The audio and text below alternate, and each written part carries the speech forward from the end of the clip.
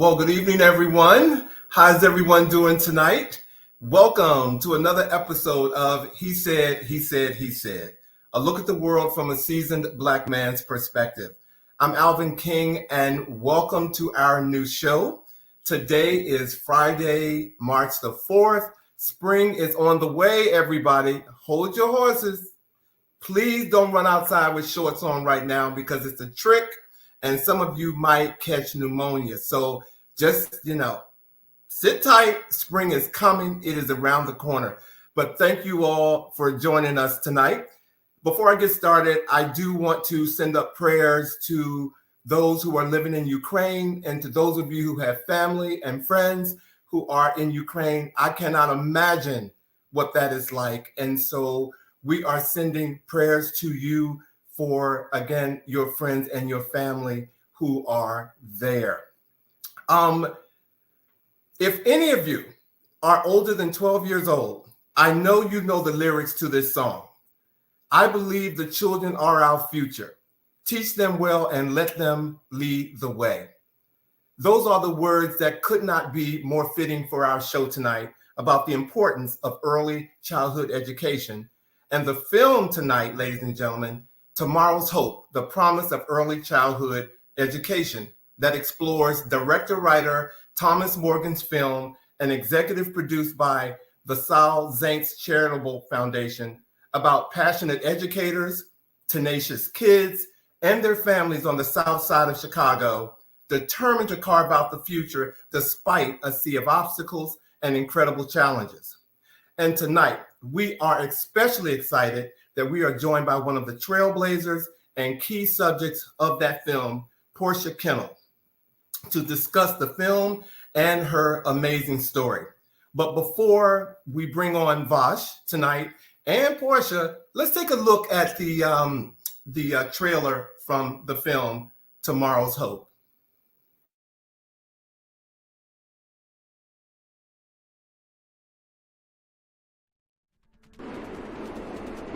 There were so many naysayers that said, you can't do it here, it can't be done. I said, I know I come from where these children are. I know it can be done. Growing up in a rough neighborhood, majority of us, our mothers on like Section 8. It's kind of hard. My support system has made me want to succeed. The violence in Chicago, anybody living in Chicago, they'll hear about it or see it. That's a broken system. That's not normal for this child to grow up and say that y'all here in 1 week she know three people that done got killed. That's not normal. That's just lunacy. I have a message that I want to put out. Music, telling my story through it.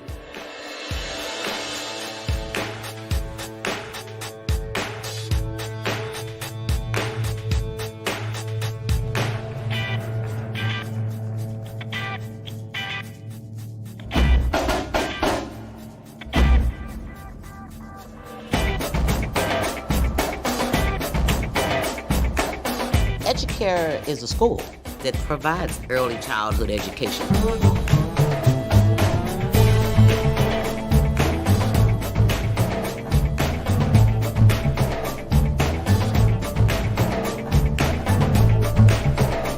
Educare is built upon very hard lessons learned, but the families were not hopeless. We looked at each one of the families as an individual who had their own hopes, had their own dreams. My mom has really instilled in me of just being myself. At Educare, it felt like the sun looked different. This was you, learning while you were playing and didn't know you were learning. Educare, I think it gave a pathway to how, I operate now. They taught me to never give up, and that's exactly what I did. I never gave up.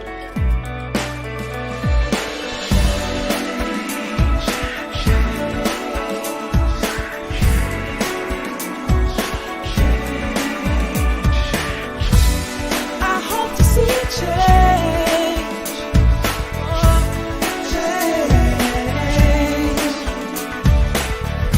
And I still believe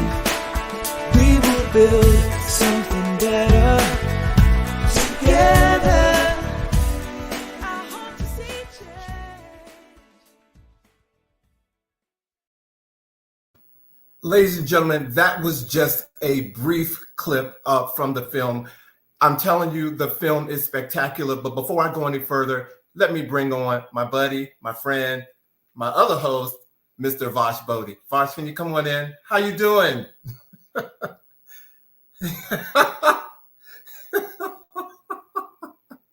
I do that to myself every week whenever I'm excited. I was so excited. I was cheering during this, watching the trailer, and I was like, I have to make sure that I do not say anything that's going to like interrupt it. Hey, Alvin. Hey, Vash. How you doing, man? I am doing so well. It is so good to be back after our last week's anniversary show. That was so fantastic.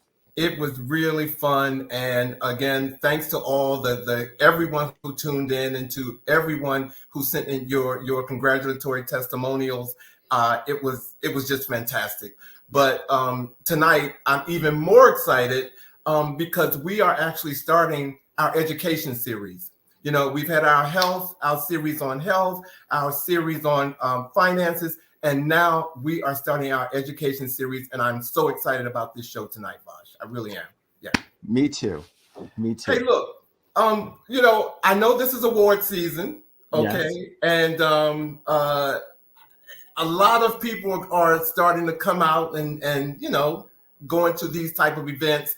That means that our work is cut out for us because we have to look at what some of the celebrities are wearing on the red carpet. So, you know, for our second segment tonight, we are giving up our do's and don'ts from the SAG Award. Are you ready for that, Vash? Totally ready for that. You know, they really should contact us before they go out. Some of them are doing all right. Well, if they didn't know, they will know. Okay, because for our second segment, ladies and gentlemen, Vash and I are going to, for the pop-up, we're going to talk about the do's and the don'ts on the red carpet for the SAG Awards that just happened last Sunday. So please stay tuned. You're going to want to hear that. Yes. Look, we got out some folks that have joined us. Yes, indeed. We've got Rose. Hey, Rose. Jay Stone. Yes, we've missed you too, Jay Stone. Scott's here. Treasure Trove. This is a new name. Hello and welcome, Treasure Trove. Hello, Treasure Trove. And of course, Blue is here. Hey, Blue. Thank you all for joining us. We are, again, I'm going to say it one more time. We're excited about this show because I have seen the whole film. Yes. And when I tell you it is just phenomenal, me growing up in DC, I grew up in the projects of DC. And so I was so attached to this film that I got excited about bringing on our special guest. So I'm just going to go ahead and introduce her and bring her on, you know, ladies and gentlemen, because she is phenomenal. And like I said earlier, she is one of the main focal points of this film. And she's given us some time tonight. And so I'm glad to have her here. Ladies and gentlemen, please join to the He Said stage, Miss Portia Kennel, Senior Advisor, Buffet Early Childhood Fund. You're muted. I'm muted. Hi, Portia. Hi. Am I muted, really? No, you're good now. We can hear you perfectly now. Okay. Now you're good. Hi, everyone. Hello out there in virtual land. Thank you so much for inviting me to speak about the children and the families and our experiences together. I really feel and think that it's a privilege and an honor to share our story with you. It was an honor to be a part of it all. So thank you so much. Oh, you are welcome. Portia, little do you know, you became like my best friend, okay? Because I so connected to you, Portia. You just made me think like this. I grew up with this woman living next door to me. I mean, and so to have you here, I'm getting chills because that's the type of effect that you had on me. So I can only imagine what you've had on the kids. So, yeah. Thank you for your kind words. But I've gotten more out of this career and my passion of doing this than I've given. Absolutely gotten more than I've given. Well, we can't wait to hear about it all, for real. Well, I'm going to kick off the discussion, Portia, right up front and say, Portia, please tell us where you're from and how you got involved in education. How long is this podcast?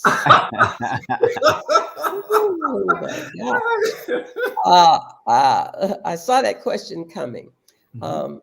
Well, I am born and raised in East St. Louis, Illinois, and that's a whole nother story.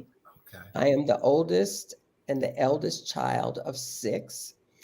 And how I got into this work was because of some experiences I had as a young child, which was my family was very poor, but we were very independent, and my mother tried to raise us on our own.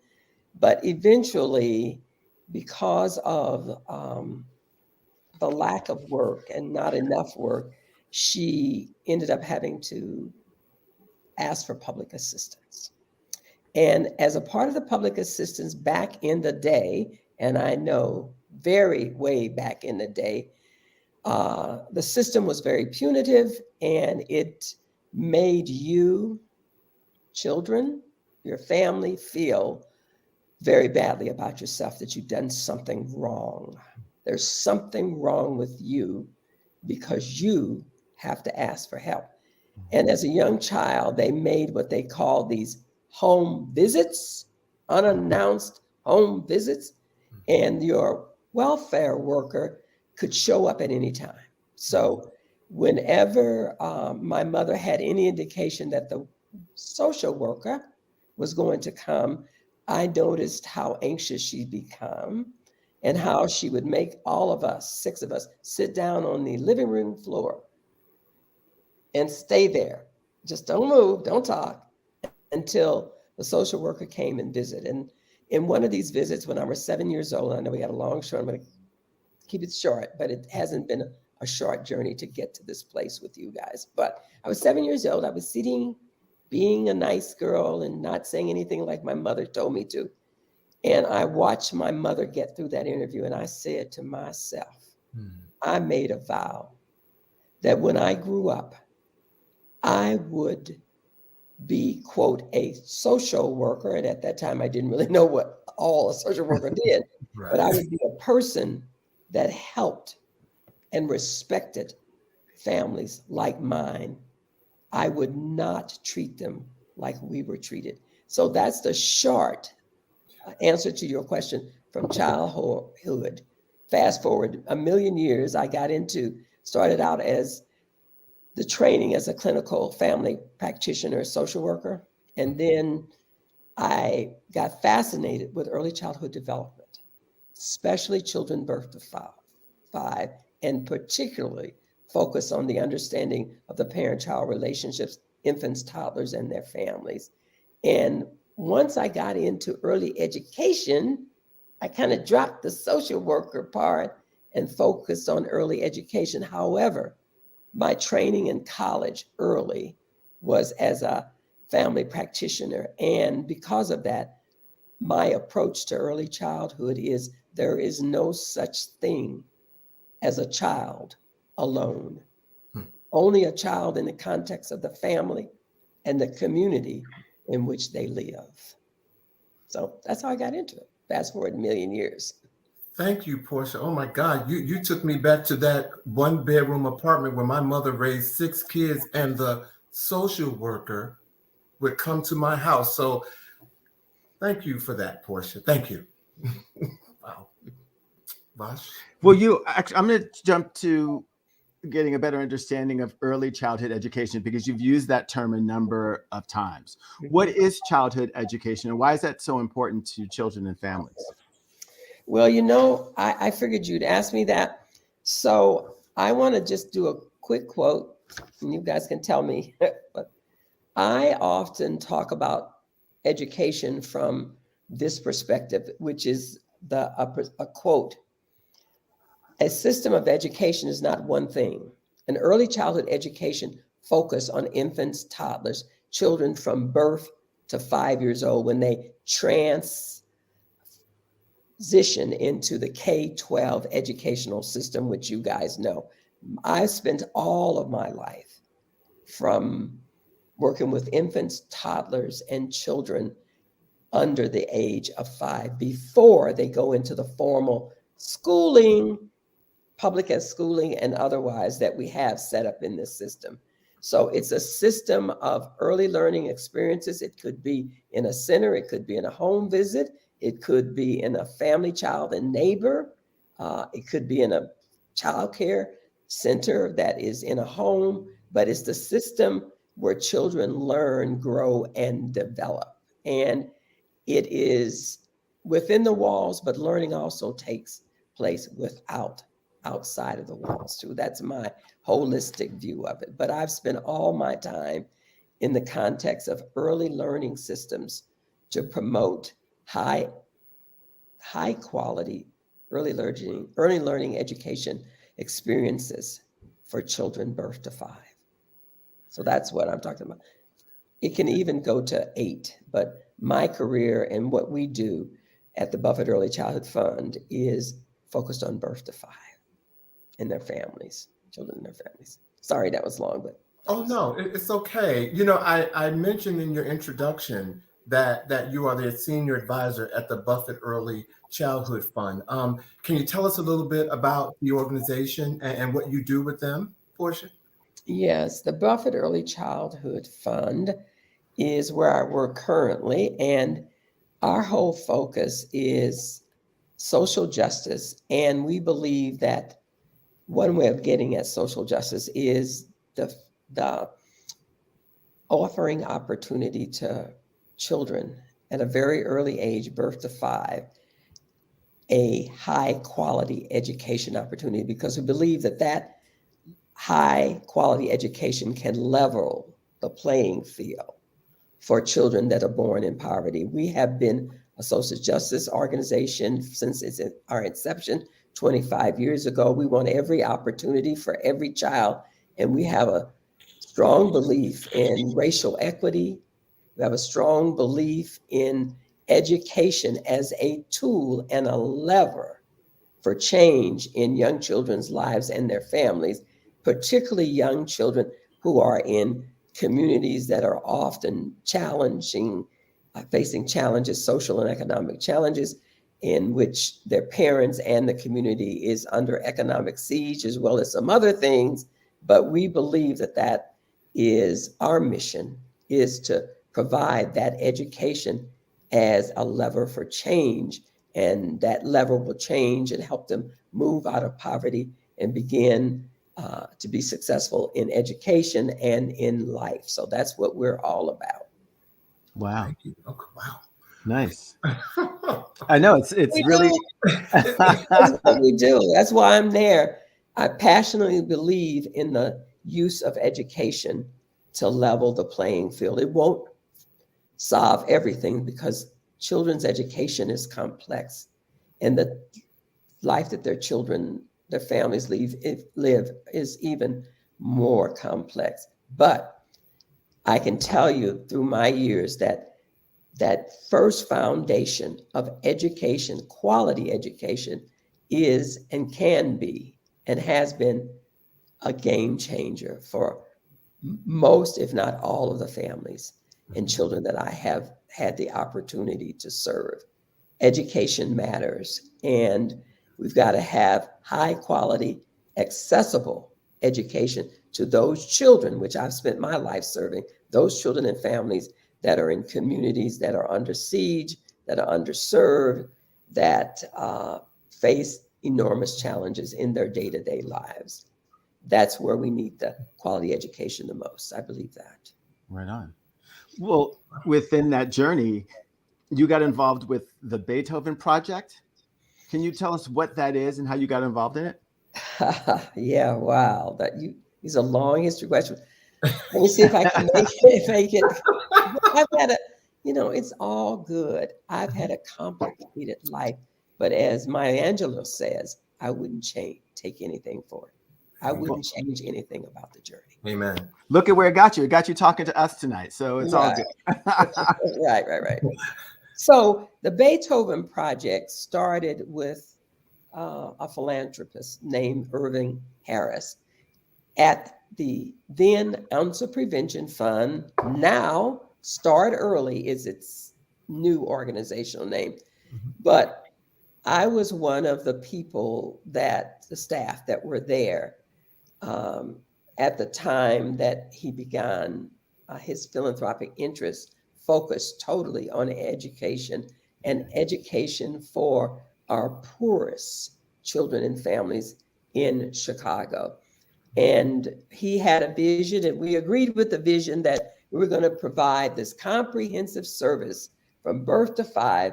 And we picked a group of buildings in the Robert Taylor housing development, in which we said every child in that housing development, there were quads, what they call quads of buildings, 4 buildings, 1 unit. Then you have another set of 4 buildings. It's hard to explain. It was the largest housing development in the country at that time. Mm-hmm. And we picked one quadrant on that corridor in State Street. And we said, every child that comes through our doors will arrive at kindergarten with all the essential developmental and learning skills necessary to start on a successful trajectory throughout school, and will be successful and go to college and be a successful contributing citizen. In other words, have a positive and successful educational trajectory. We were going to prepare them for that. So the Beethoven Project was a big vision at the time in 1980s. We moved into the housing development. I'm going to tell you, we were not playing. We were meeting the people where they were. Yeah. In housing development on the 2nd floor. And I used to do tours of that development called Beethoven. It really was called the Center for a Child Development Successful Child Development, but everybody called it Beethoven because the targeted school that we were going to send all of these prepared children into was called Beethoven. So I used to give tours of that center. We were right there every day with the families. And inevitably, when people would come to visit and trying to see what we were doing, that is to implement the most effective early learning practices possible. You know, those that you read about in the big research studies. We were going to implement it, take those lessons learned and implement it in the context of this community. And when people would come to visit, they were like, wow, God, what are these people doing? Are they crazy? No, we were just passionately believing in what we could do.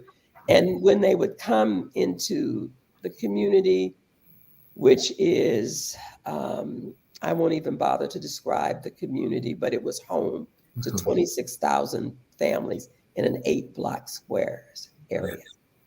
And when they would come up the stairs, because the elevator was inevitably never working, we were on the 2nd floor. We occupied the entire 2nd floor of the building. And people would come across, no parks, no grass,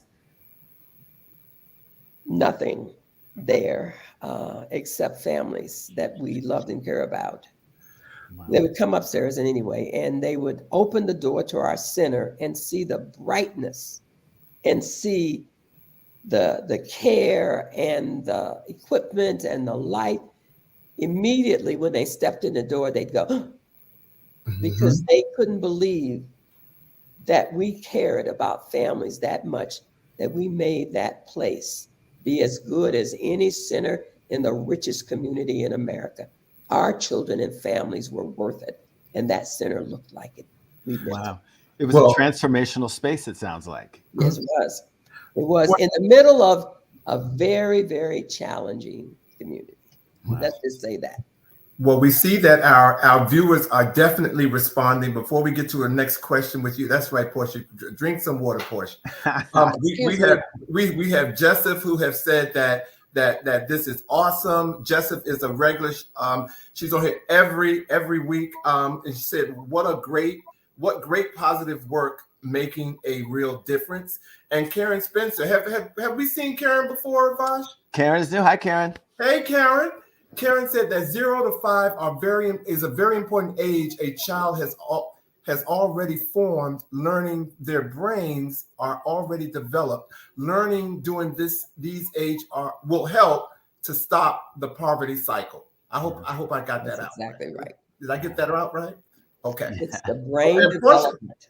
Portia got fans on here too. They love you, Portia. Okay. We love you too. I love them back. Thank you, guys. So Portia, you mentioned the ounce prevention fund, which, as you said, which is now the Start Early organization. But you were heavily involved in the development of the first Educare school in Chicago that was, again, birthed from the Ounce Prevention Fund. What is Educare, and what is it about this particular type of school model that you think is so effective? Well, let's go way back to the 1990s. I hope your audience was around in that time, but Educare was created in the latter part of the 1990s. At that time, I was the vice president for programs at the Ounce Prevention Fund, which simply meant I was over all the programs, or the early childhood programs within the Ounce. And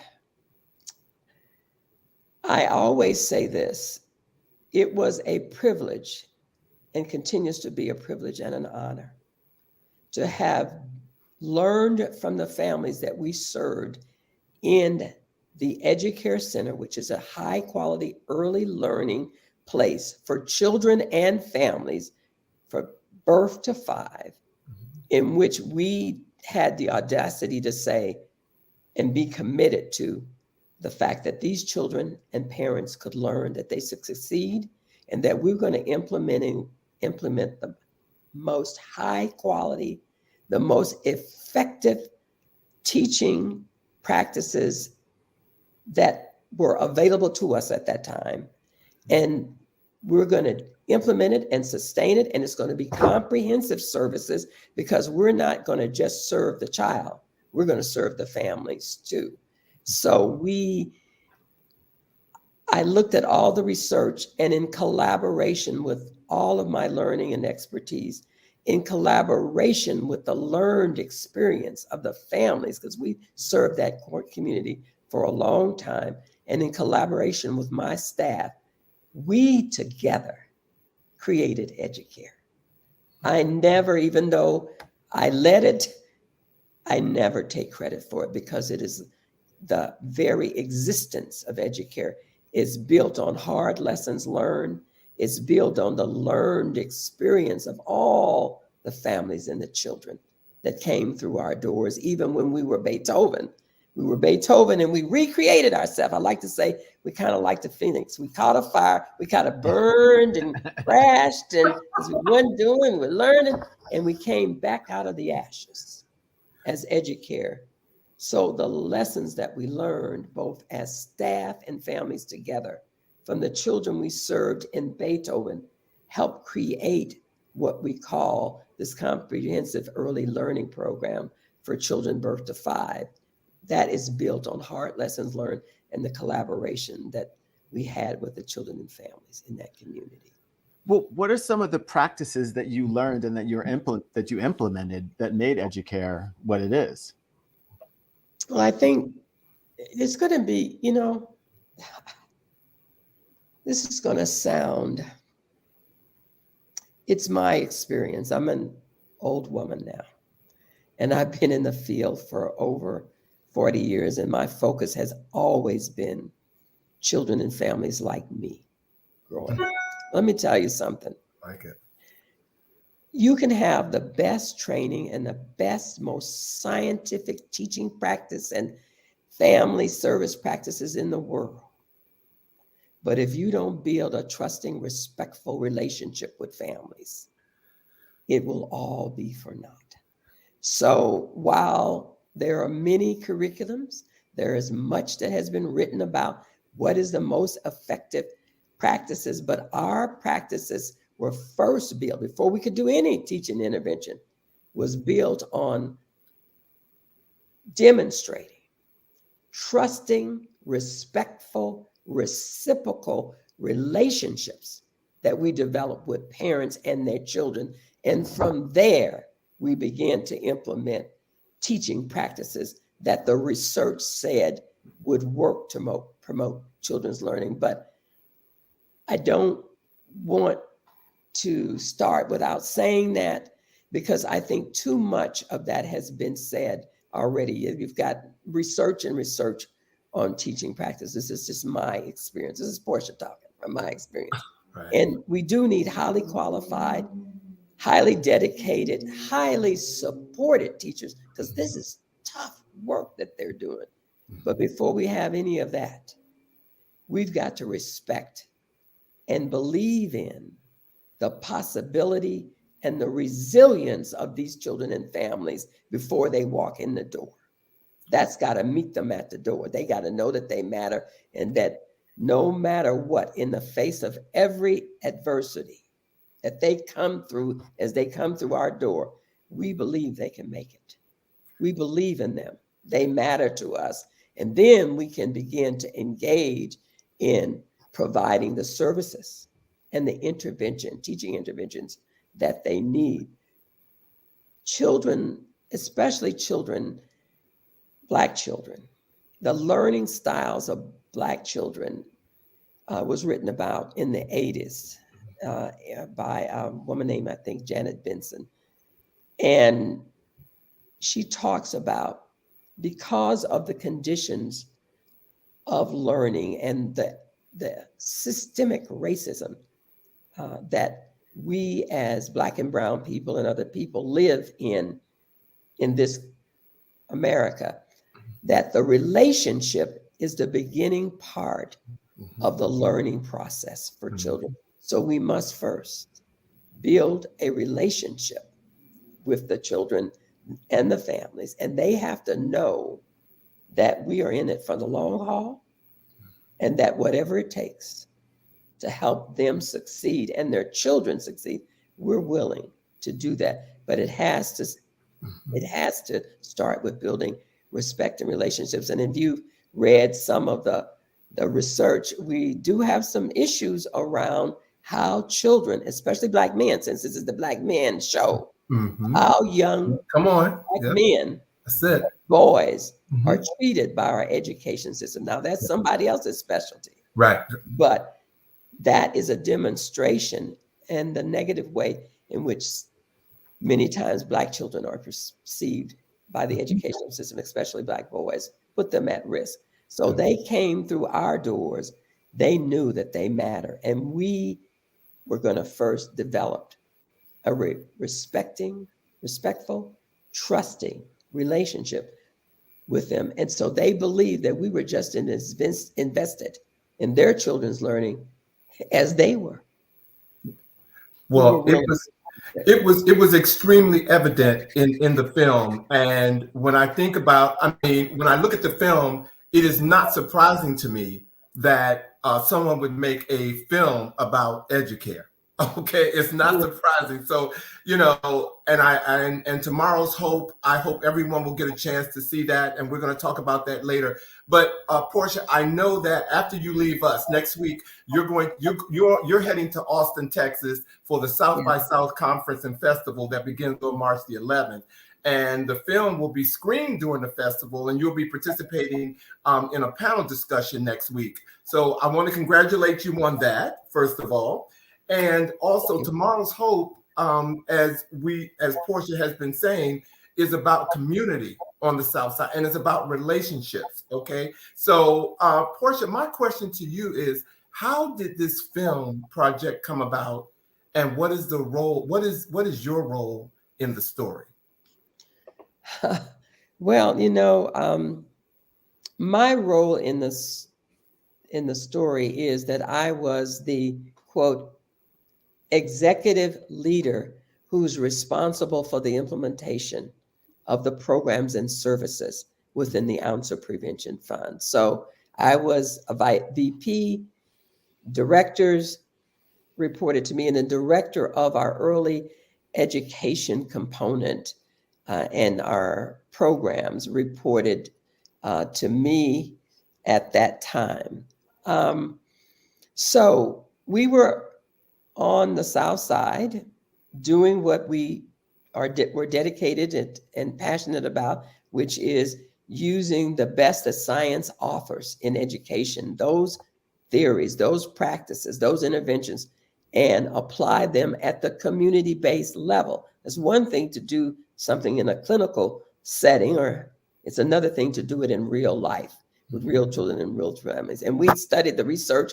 We knew at that time what was the top research for children in early childhood, and we trained and supported our teachers to deliver those interventions in the context of a relationship of mutual respect and understanding. So anyway, that was my role. And we were doing our thing at Grand Boulevard at Educare, and we were looking to the right or looking to the left. We were pretty tied up trying to get this done and be successful at it. And two partners, the Buffett Early Childhood Fund, came and observed our work, and the Zantz Foundation represented it, came and observed our work and what we were doing and looked at the fruits of our labor, because we were not dummying down expectations, We were shooting for our children can be as good as any child in learning from any place, anywhere in America. We were shooting for that. We weren't dummying down and say, well, poor child. No, we going for what the research says is excellence and demonstrated outcomes with children. And we mind our own business. And they came to see us one day and said, oh, it looked like you're doing good work, the Zantz Foundation. Ooh, we just really like that work. And then they went away and we said, thank you very much. And then we worked with the Buffett Early Childhood Fund for a while to build some more schools like Educare, high quality educational centers for children birth to 5 in communities that are, quote, marginalized. And then Zantz came back to us and said, you know what? We want to make a movie about what you've done. And we were like, really? Really? Well, okay, well, whatever. You thumbs up. Let us know how that comes out. What do you need from us? But really, you know what? And we can't talk about this. I'm going to do my own podcast one day, because what happened with this group of families in Grand Boulevard needs to be written about. We need to have more than one movie about it. Right. What I'm grateful to the foundation for, the Zantz Foundation, is they told a story that would have been washed away about the struggle of children and families in a particular community in Chicago, in Illinois, in America, and they humanized it. Yeah. We see all these negative statistics about certain people and their children. They took this, our struggle, and they humanized it. They gave it a face. And it shows that when you invest in children in the way, in their families, in the way that we did and the way others have done and are doing now. I don't want to take anything away from the fellow early childhood providers that are out there doing some of the same work. When you do that investment pays off for a lifetime. Yes, it does. Yes, it does. Well, it got a movie made about you, and that says a lot. Yes, yes. Well, as part of humanizing the story, part of the film, they actually talk about how the school was in the Robert Taylor Homes buildings in the projects. But then Chicago had its own sort of plan for transformation, where they went in and they tore every building down with a plan to rehouse and rebuild, which they did not. Can you talk about what that process was like for you and what people should really know about that? Well, I'm going to say this, and I know this is being recorded, but I'm going to relate it to what we're experiencing today. It was a mini pandemic. It wasn't about a disease, and I'm not diminishing what we've all been through with the recent pandemic. But there was a pandemic of neglect, violence, lack of resources, gang activity, drug activity in a community of families. And it not only impacted the children and the families, but it had an impact on the staff. We experienced this neglect and this pandemic of neglect together. The families took the big volley because they had to live there 24 hours a day. And imagine for children and families that had lived there, a big, huge convoy of machines, big machines, parked on your street. Now, it's only, 8 square blocks, not even 8 square blocks. And they show up, and I know that they had meetings with the tenants and told them that they would be tearing it down. But imagine every day, if you were a child or a parent, what kind of message does that give to you about your value in this society? If 5 bulldozers are marching down the street, tearing down what used to be people's homes. They may have been poor, and it may be a poor community, but this was their home. Marching down. Imagine children and families seeing that every day, looking to their left, here it comes. And every day buildings disappear, and your building is next. It's coming for you. Wow. Imagine living under that psychological pressure alone. What kind of messages were the children and families receiving when you have to see that every day? And that's what, for years, 3-4 years, by the time they tore all the buildings, that's what the families and the children had to go through, in addition to the relocation process. And it stemmed and brought about a gang war over territory, and still the children and the families rose. Relationships matter, but I also want people to notice, if they get a chance to see the movie, that in spite of the drug violence, in spite of everything, bulldozers, 3 of them, 4 of them, moving down the block. In spite of all of that, I want you to notice the relationships that were formed during that time. And most of all, I want you to notice the resilience of the children and families. I want you to notice their capacity to succeed and continue their lives and lift up the lives of their children in the face of adversity. Well, I mean, just in the characters that were displayed, the families that were displayed in the film, Crystal, Jalen, and Jamal, their families and how they rallied around them. I mean, that, like you said, the producers, the writers, they brought something to life that we needed to see. They brought something to the table that we needed to see. And these 3 families, I mean, they were superb. I mean, it was their story. So how has the Educare school system, Portia, grown since their beginning, Crystal, Jalen, and Jamal? And what are your future goals? Well, little did we know, believe it or not, we'll believe it, it's true. There are, God, when we were doing this, we were not thinking about a network of Educare schools. We just wanted to do the best we could by the children and families in this community. However, there are over 25 schools across the country.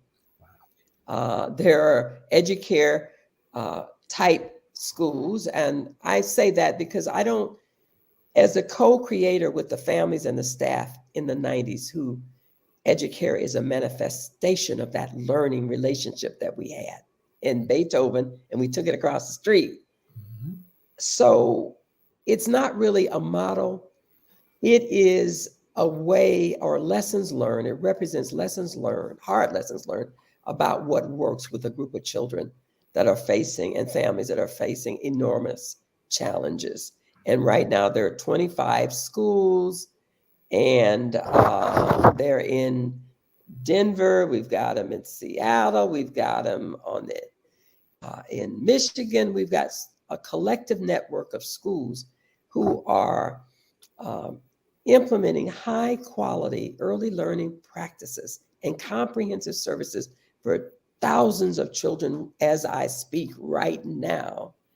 And we're all connected to the first experience of this in what we were trying to do at the time at the Ounce of Prevention Fund / Start Early in the late 1990s, and finally, opening the first Educare school in year 2000. So there's a collective of these schools. So in other words, there are thousands of children every day that are being served walking across the thresholds of Educare schools. Now, what they're doing now is better. We've grown, is excellence a stagnant thing? No, excellence continues to grow. It is not a destination. So those centers and schools, we like to call them schools, are growing and are better even than what I could imagine 20 some years ago.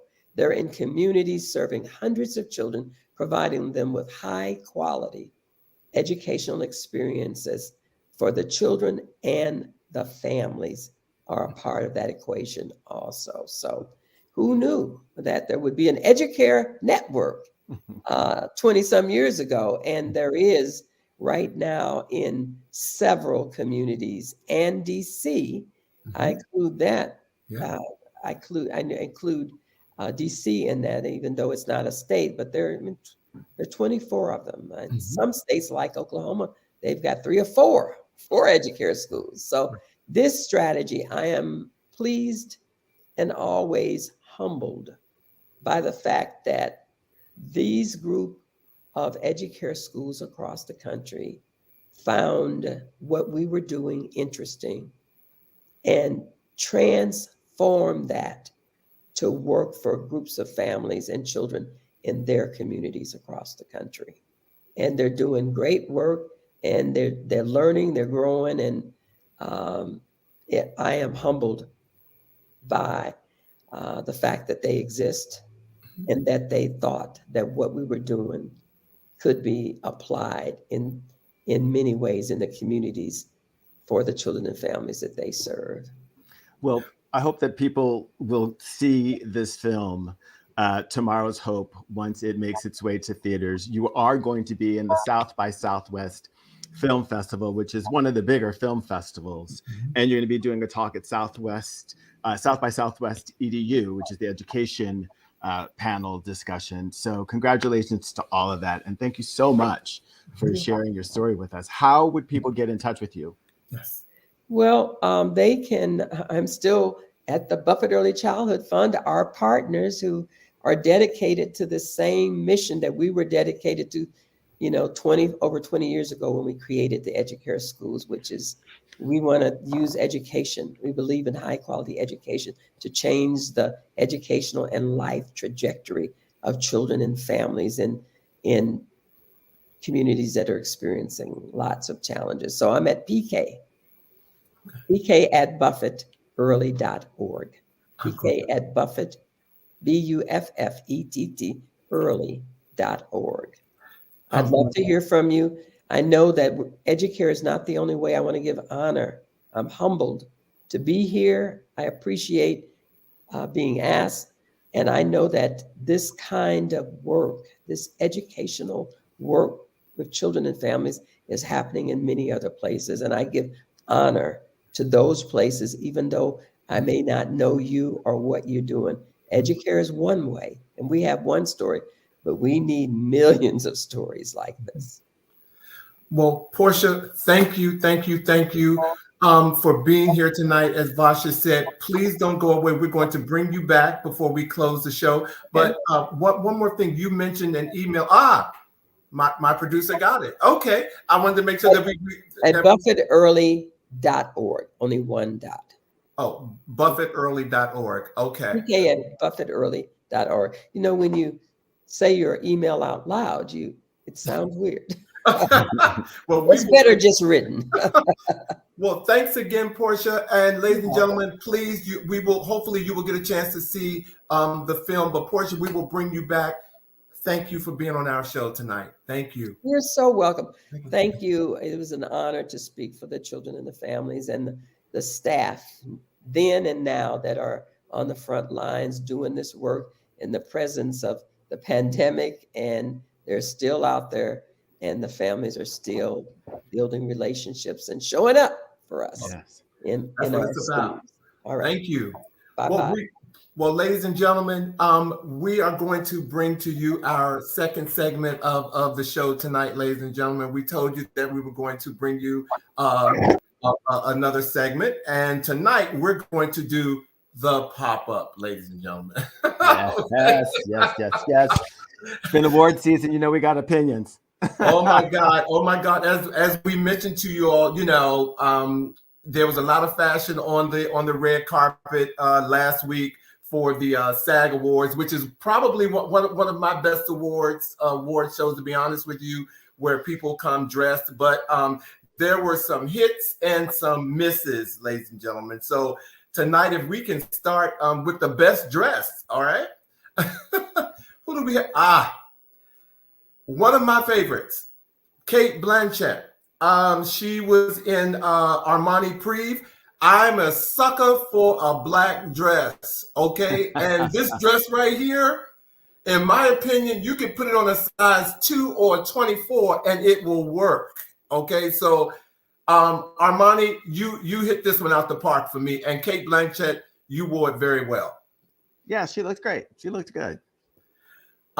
This was another one of my best, you know, in honor of what is it?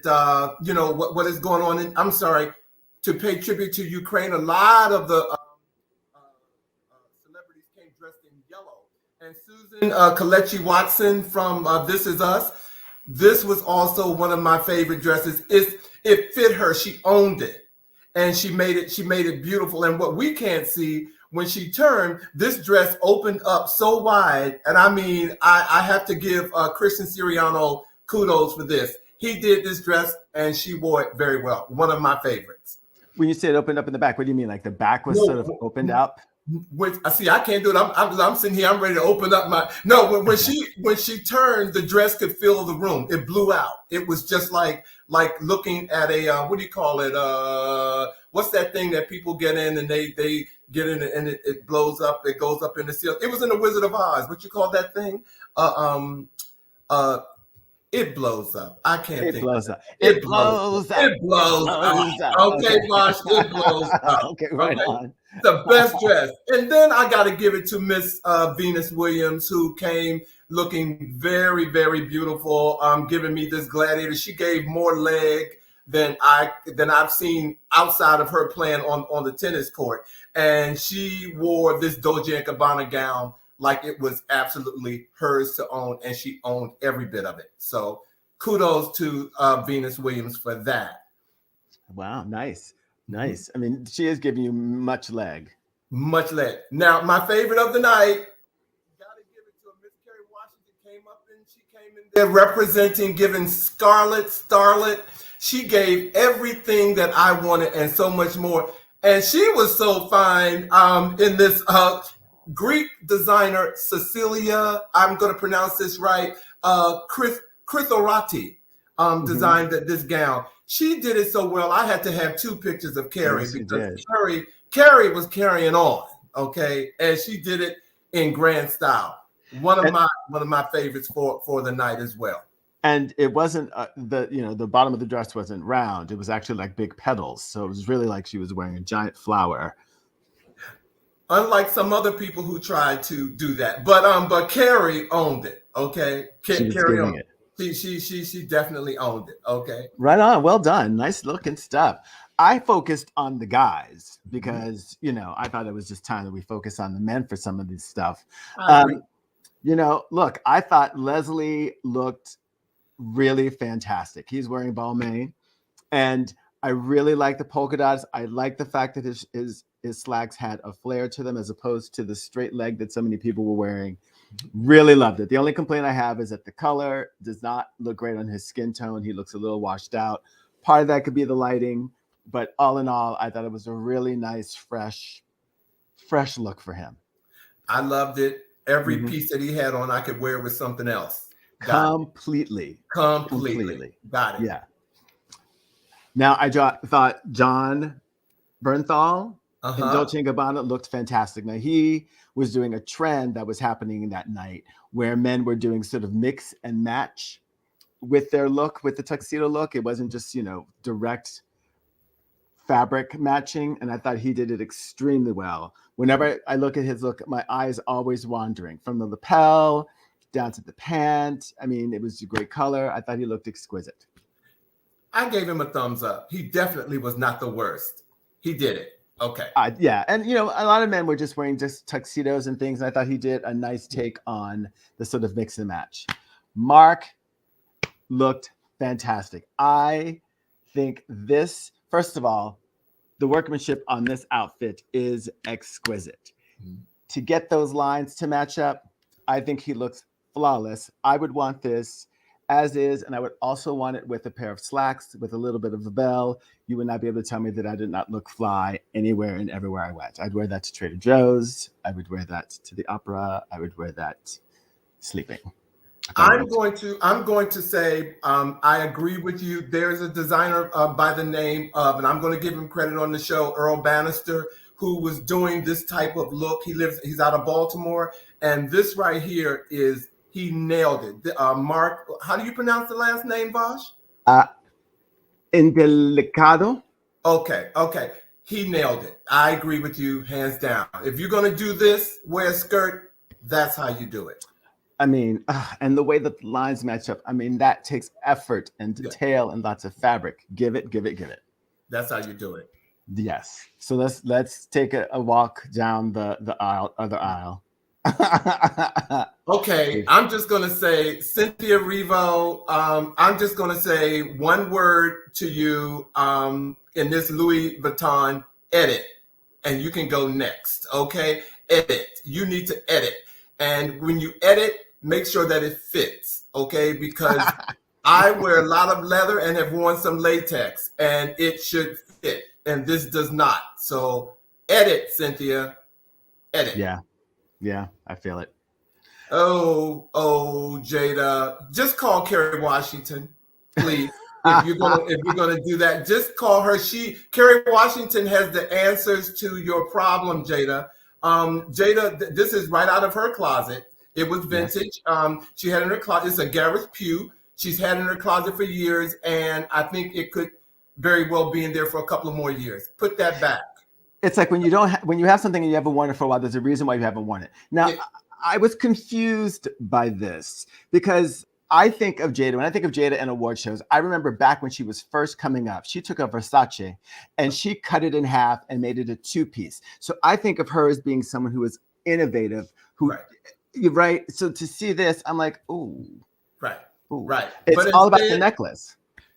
She went to Safeway. No, I'm sorry. I'm not going to trash you like that, Jada. Just put it back in the closet. It's vintage. Don't wear it again. Okay. Congratulations to your husband though for winning the award for the Venus. The Williams story. He won.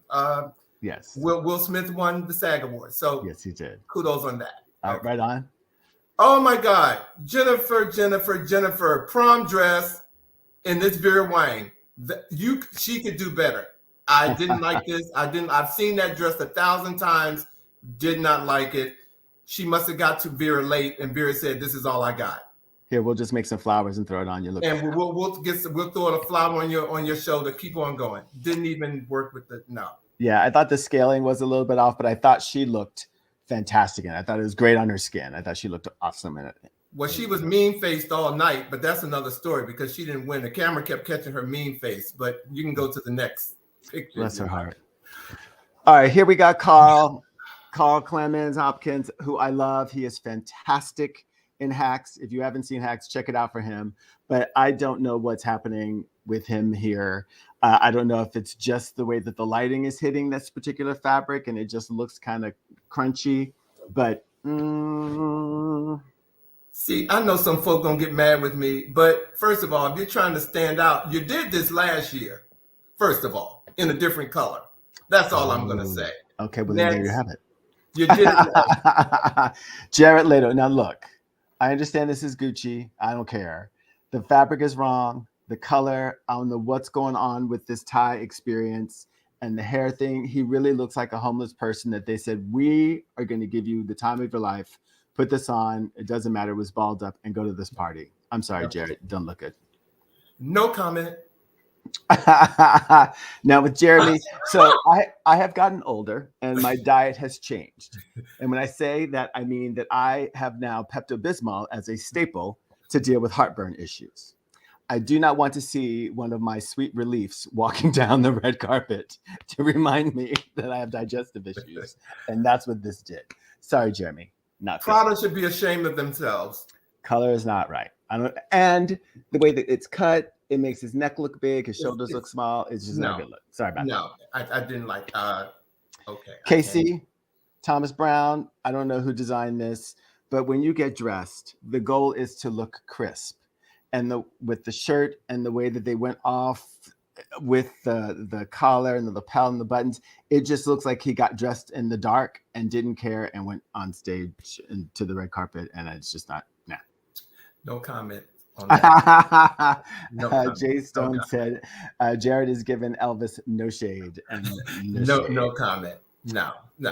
Well, Thank you, Vash. Okay, that was our pop-up and our style hits or misses for this week's SAG Award. There are other award shows coming up, ladies and gentlemen, that we will be tuning into and giving you our opinion on what's on the red carpet. So stay tuned for upcoming episodes. But Vash, we are at the end of our show, and we have to tell everyone good night. But first of all, I want to thank Portia Kennel for being on the show. Yes. Thank you for joining us tonight. Our show next week, ladies and gentlemen, we are going back to our health series, and we will have psychotherapist Stephen Welch on the show, and the topic will be lifting the curtain, setting a new stage, and that's coming into this new way of living post-COVID. So please join us because Stephen has a lot that he wants to share with us. And our words of the week, ladies and gentlemen, again, so fitting. Education is the most powerful weapon which you can use to change the world. And that was a quote by none other than Nelson Mandela. So if we could have Portia to come back to the stage, to the stage, and I keep saying stage. Hey, Portia. Hey, Portia, thank you again for joining us. You have enlightened us, and congratulations on the film and everything that I know it's going to do. And I wish more people can see it. I'm a different person because of it. So Yes. Thank you. thank you. You're very kind. Thank you for spotlighting it here, because education is a Everything. lifelong endeavor, but we've got to get in there early. Everything. We've got to get with our children and families very, very early, and they have to have high quality teaching interventions, and we have to do that in the context of a relationship. So I'm so glad to have met you, and I'll be tuning in again. I love this pop-up thing. Appreciate it. Thank you. Well, we will see everyone next week. Thank you to the viewers for tuning in. We want to hear from you. You know how to reach us on all of our platforms. He said live on IG, on Facebook, and please go to our Vash, help me out here. View our clips on our YouTube page. YouTube. So until next week, we will see you again on He Said. He said. Have a good night, everybody.